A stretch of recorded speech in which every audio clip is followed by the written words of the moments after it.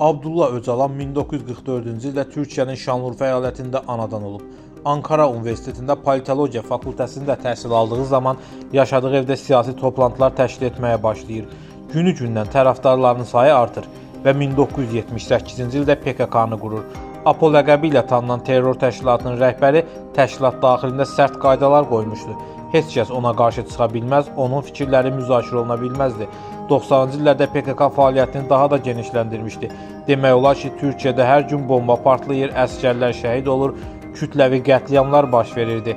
Artıq bıçaq sümüyə dirənmişdi. 1995-ci ildə dönəmin baş nazir müavini Tansu Çiller MİT-ə əmr verir, APO məhv edilməlidir. Lakin hökumətdə bəzi qüvvələr Öcalanın yaxalanılması üçün o qədər də istəkli deyildilər, ancaq Çiller qərarında qəti idi. Nəhayət 1995-ci ildə MİT APO-nu məhv etmək üçün hərəkətə keçir. MİT, xüsusi təyinatlar və jandarmalardan ibarət xüsusi bir qrup yaradılır.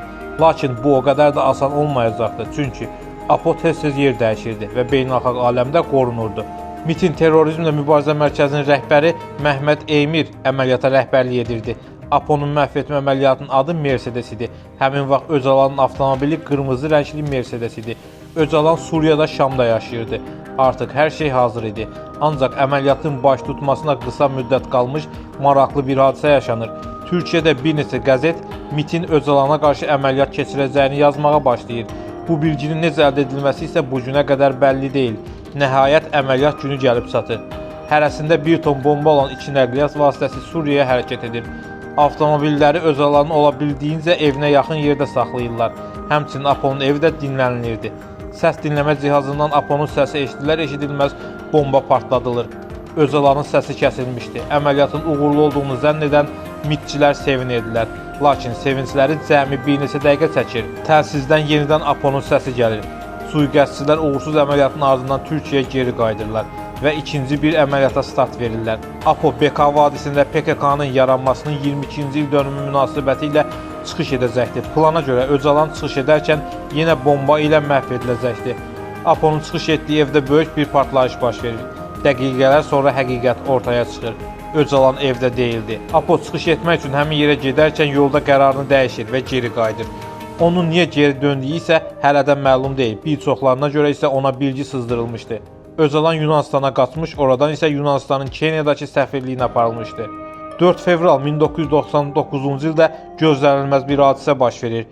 CIA-nin Türkiyə nümayəndəsi əlində bir sənədlə MİT-ə gəlir. O, ABŞ-ın APO-nu yaxalamaqda kömək etmək istədiyini, ancaq şərtlərinin olduğunu deyir.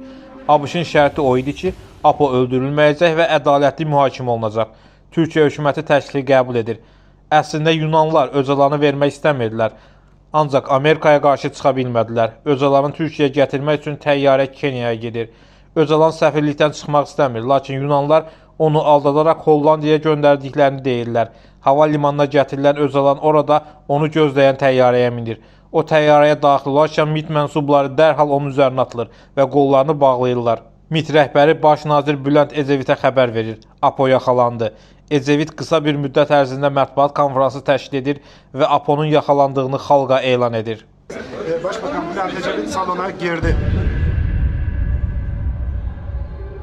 Aziz yurttaşlarımıza bir haberim var.